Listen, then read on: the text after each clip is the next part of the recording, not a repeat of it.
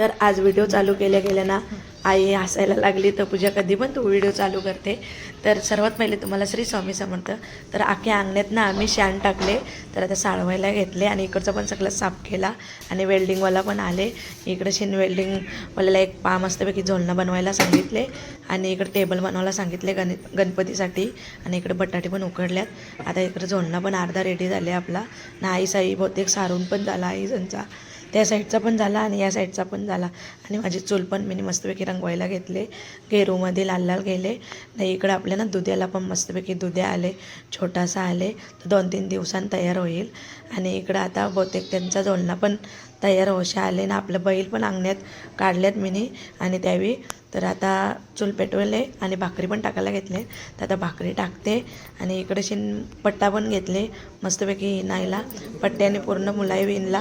तर तुम्हाला व्हिडिओ कसा वाटला तर भेटूया पुढच्या